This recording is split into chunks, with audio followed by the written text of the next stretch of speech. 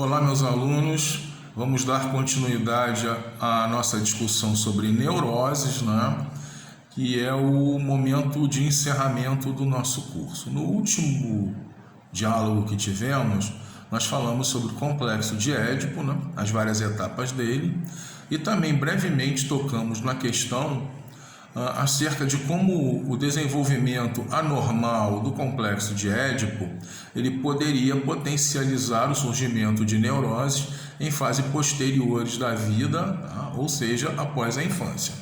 A gente vai dar continuidade, né, a essas discussões agora, né, numa tonalidade mais específica, tá bom? Para o Freud era óbvio, né, que as neuroses tinham causas psíquicas. A maior parte dos médicos de então, dos neurologistas, dos psiquiatras, acreditavam que as neuroses, né, e as crises de histeria também, como vimos na nossa primeira discussão sobre a biografia de Freud, elas eram fenômenos biológicos orgânicos. O Freud ele foi numa outra linha, né? E o que seriam neuroses, né? Neuroses seriam comportamentos, né, que traduzem alguma angústia, algum mal-estar, algum desequilíbrio, alguma compulsão, algum sofrimento psíquico. O sujeito ele tem ciência de algo que o incomoda, mas ele não consegue debelar, resolver por contas próprias. E ele sabe que está sendo incomodado porque ele exibe sintomas, né, intensos dessas não normalidades, entre aspas, comportamentais.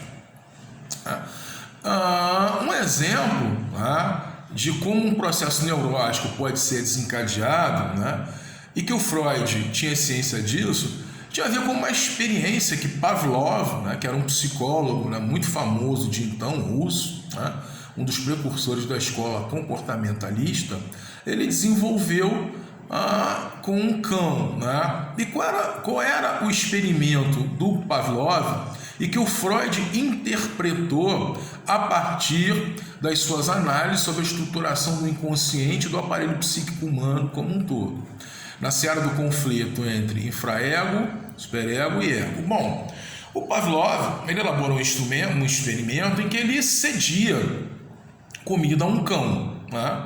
E toda vez que o cão via comida, né, ele salivava, né, porque ao olfatar a comida, ele salivava, ele tinha aquela reação de vontade de comer, e toda vez que o cão chegava perto da comida, isso pode parecer cruel, o Pavlov dava um choque elétrico no animal, né?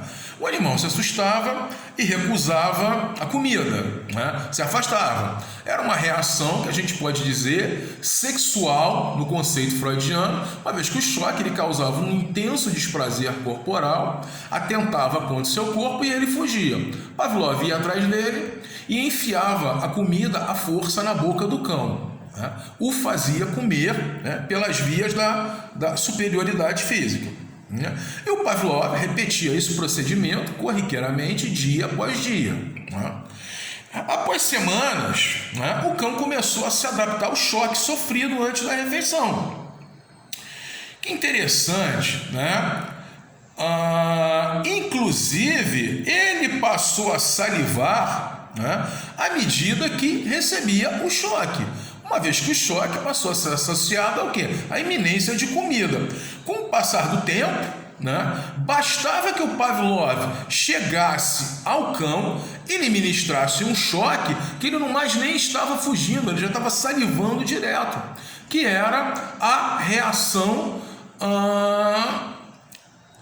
à presença da comida, né? Conclusão, o cão ele recalcou as reações de defesa e de dor e passou a associar a experiência do choque, né, a, por exemplo, a produção de salivação, né?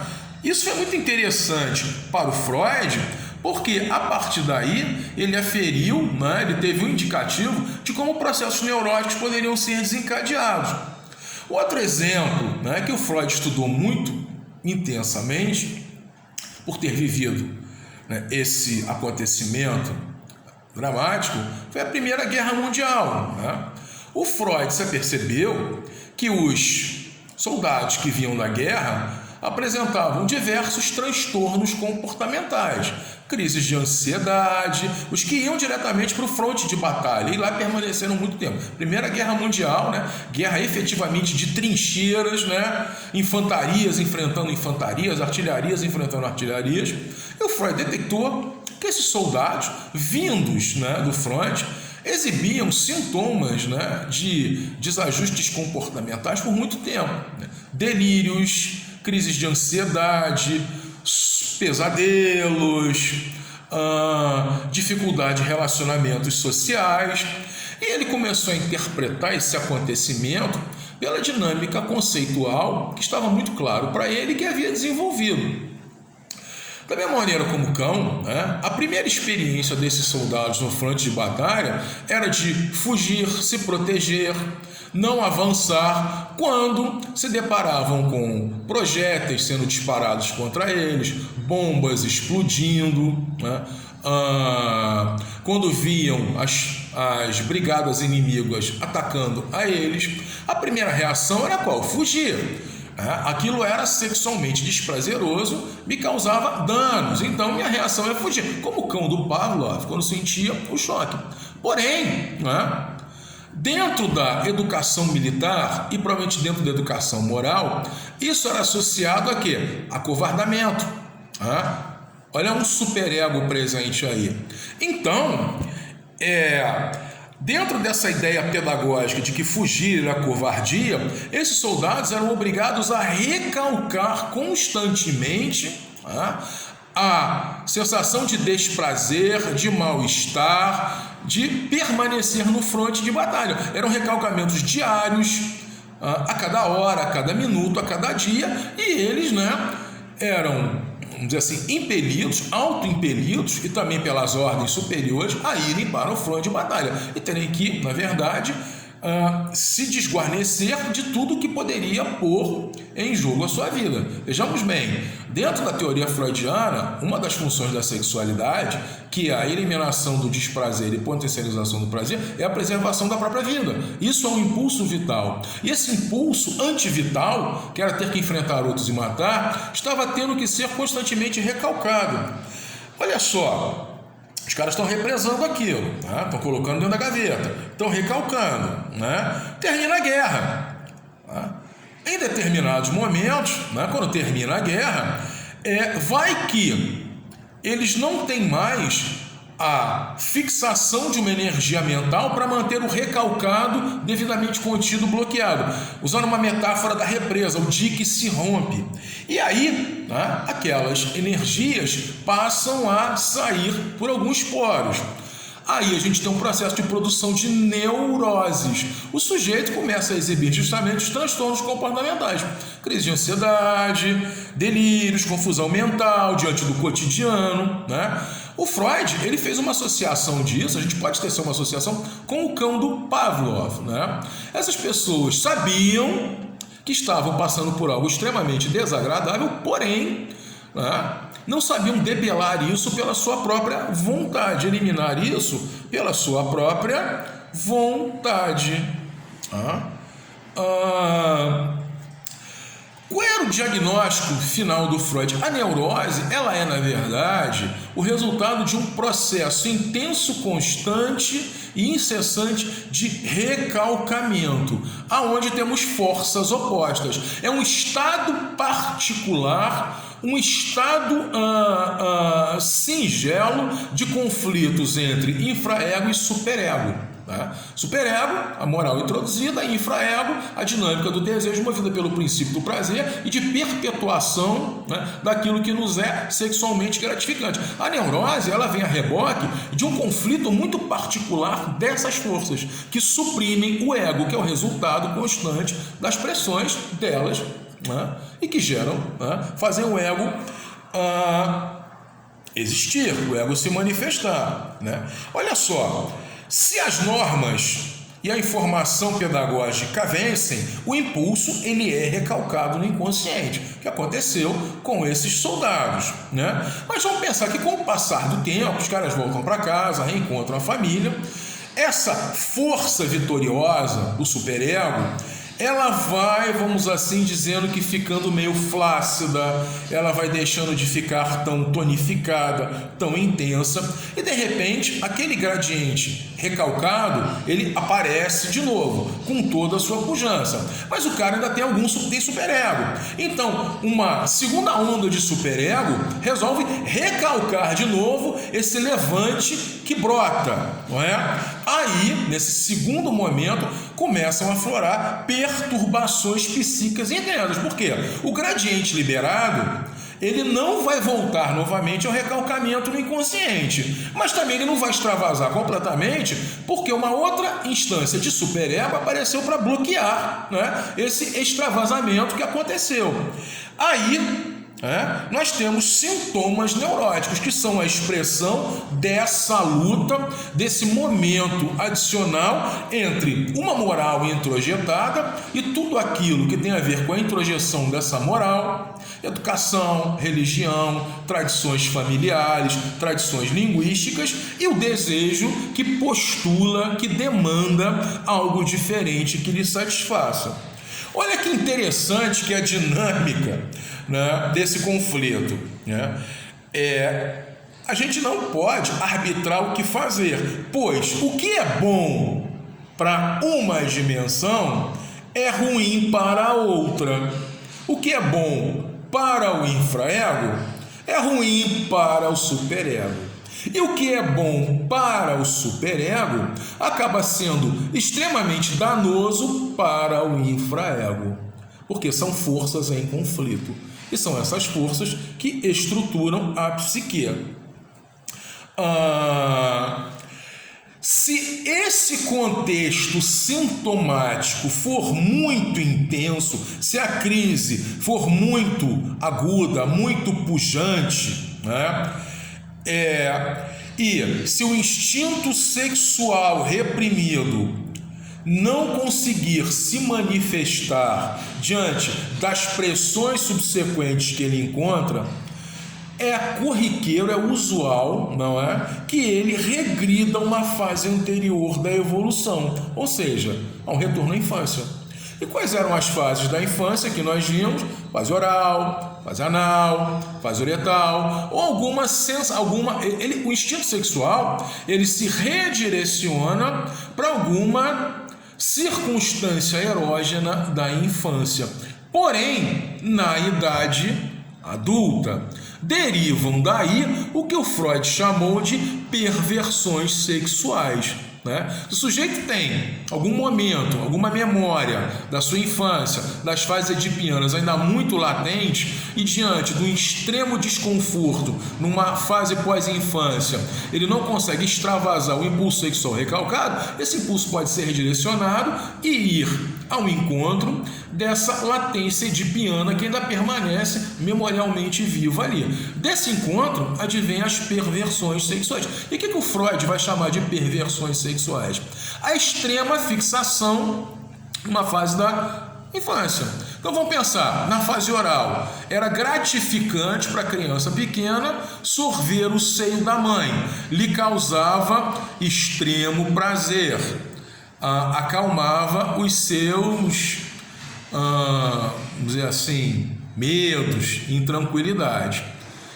Uma fase adulta, isso pode redundar numa compulsão por doces e comidas palatáveis.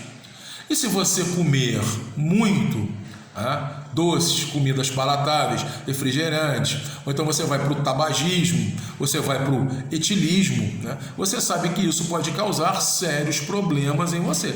Encadear um quadro de obesidade, de sobrepeso, pode ser doenças coronarianas. Então daí a gente pode aferir que muitos distúrbios comportamentais, obesidade é uma pandemia global também, podem ter origem nesse recalcamento não completamente extravasado de impulsos sexuais, e que é uma regressão, por exemplo, a uma fase oral, onde o sujeito vai comer compulsivamente. como forma de aliviar estados de ansiedade. O obeso é um comedor compulsivo. O tabagista é um fumador, um fumante inveterado, né? O alcoólico anônimo é o quê? É um etilista inveterado, que são distúrbios comportamentais, são patologias de comportamento. Falei do caso oral, não é? Da mesma maneira, né, a gente pode, por exemplo, pensar no caso dos indivíduos que de alguma maneira são ninfomaníacos, têm algum tipo de manifestação sexual compulsiva. Tá? Por quê? Neles, o desvio de rota encontra a fase anal ou a fase peniana. Então o sujeito vai ter extrema volúpia e alívio da sua ansiedade quando, diante de um quadro que lhe causa desprazer, ele tem que praticar coito anal ou ele tem que se masturbar, né? Compulsivamente. E como a gente diagnostica que existe esse tipo de neurose? Quando as relações humanas da pessoa, né, sociais, humanas, acabam sendo impactadas negativamente por esse tipo de conduta. Né? Quando as relações humanas não vão além, elas como que ficam obstruídas por esse tipo de conduta, que é, na verdade, veja bem, o reencontro na esfera do inconsciente, de impulsos recalcados com momentos do complexo de Édipo que ficaram ainda muito latentes. E ali você tem uma reiteração, caso isso aconteça repetitivamente, de um procedimento de alívio da sua ansiedade. Tá? Vamos lá. Mas e se a censura, ainda assim, o superego, interferir e não autorizar esse reencontro do instinto desviado, que não foi recalcado, com esses momentos que ainda estão muito memorialmente latentes das fases edipianas? Bom, o superego entrando de novo aí. Daí, a gente pode ter uma acentuação do quadro neurótico e até a evolução para uma psicose. Diferente da neurose, na psicose o sujeito tem desajustes, transtornos de comportamento muito graves e ele não tem nem noção de que está tendo. Ele realmente está no estágio pós-neurose. Aí realmente a situação se agrava demais. Existe cura? Né? Bom, de acordo com a terapia freudiana, sim, pela técnica psicanalítica das livres associações. Porque através da técnica psicanalítica, as lembranças esquecidas que deram origem a esses acontecimentos vão ser recuperadas. Elas estão lá no inconsciente, foram endereçadas para lá. Né? Foram, na verdade, eventos relacionados a traumas, porém elas vão ser recuperadas pela técnica psicanalítica. Tá? É por isso que o sintoma da neurose, ele não é tratado pelo terapeuta como algo que pode ser debelado diretamente. O terapeuta nunca vai dizer que um sintoma neurótico, uma perversão sexual, está errada, porque ele sabe que há dimensões profundas interferindo nesse comportamento. Na verdade, o que ele vai é proceder uma orientação, dada a sua interação com o paciente, para ir e reencontrar, que está lá no seu inconsciente, o evento causador do distúrbio comportamental de neurose.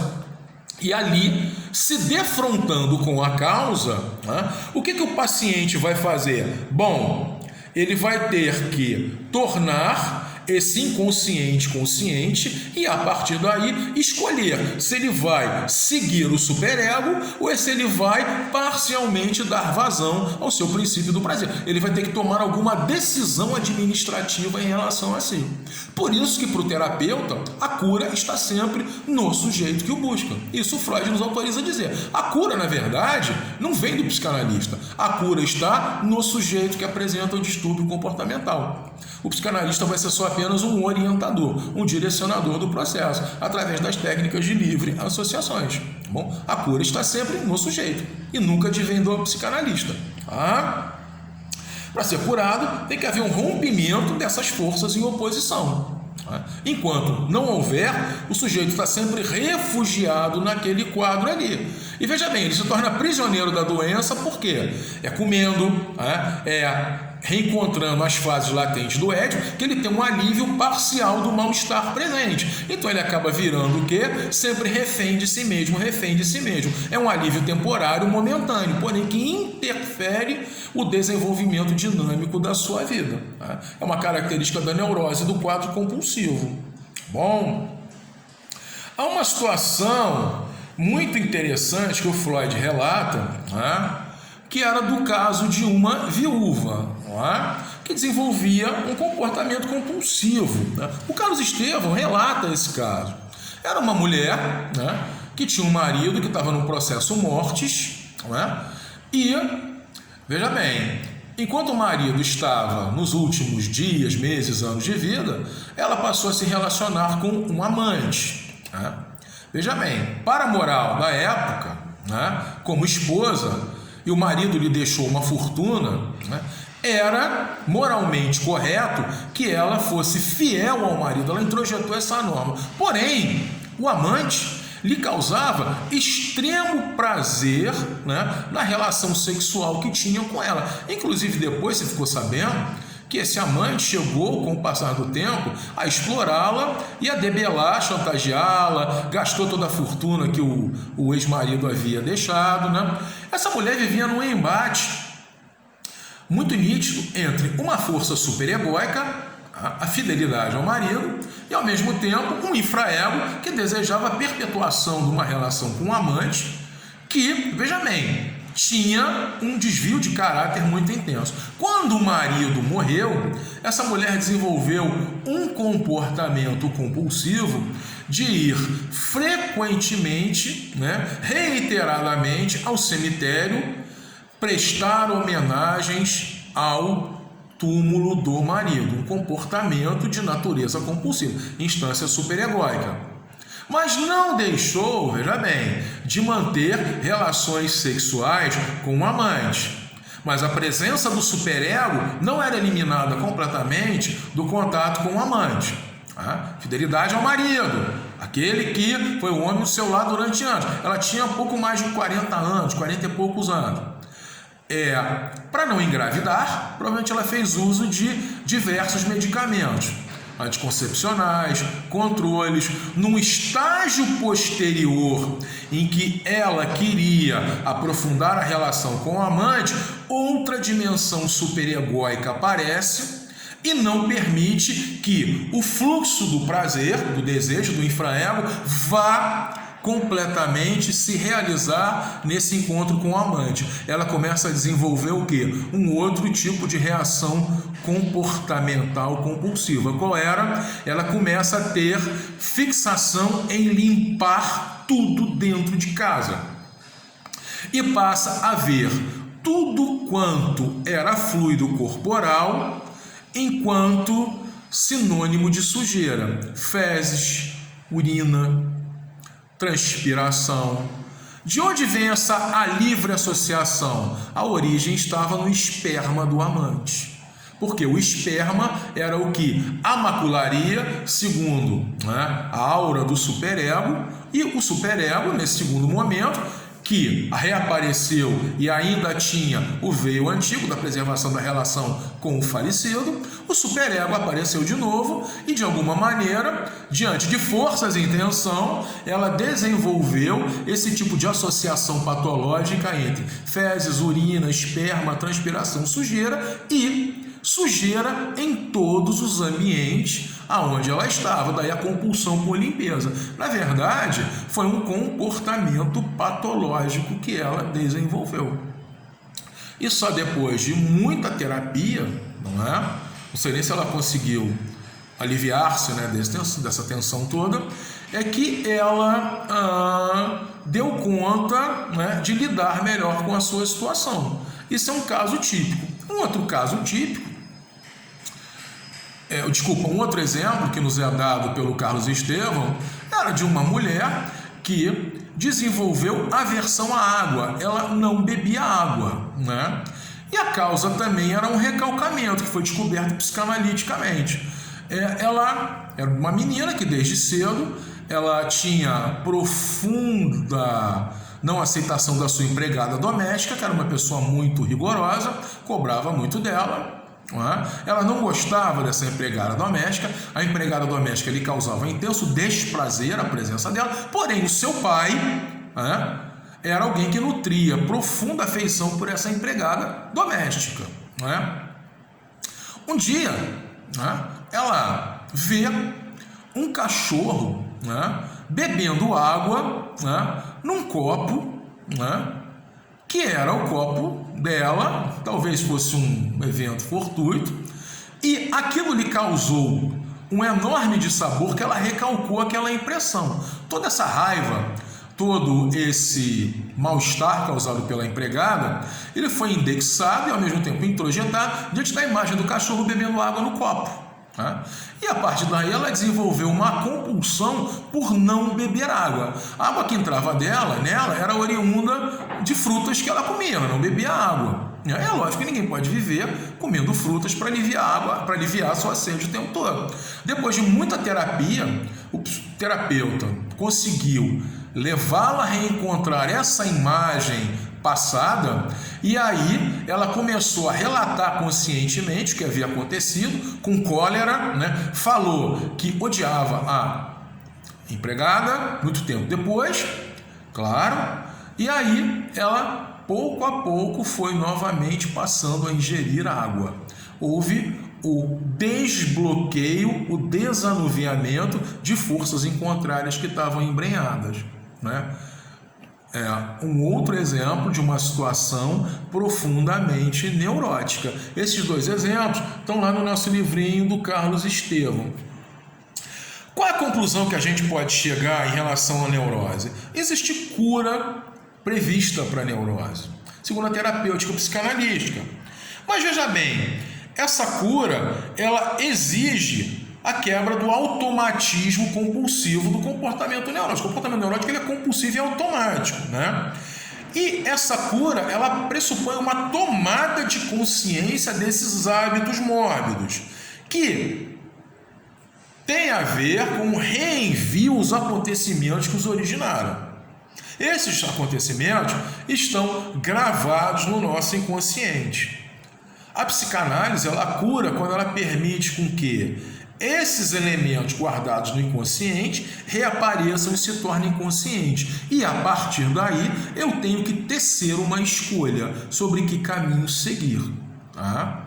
Por isso que a terapia psicanalítica, do ponto de vista filosófico, ela é profundamente ética. Ela exige uma escolha em termos de valores. Ela exige que você seja livre.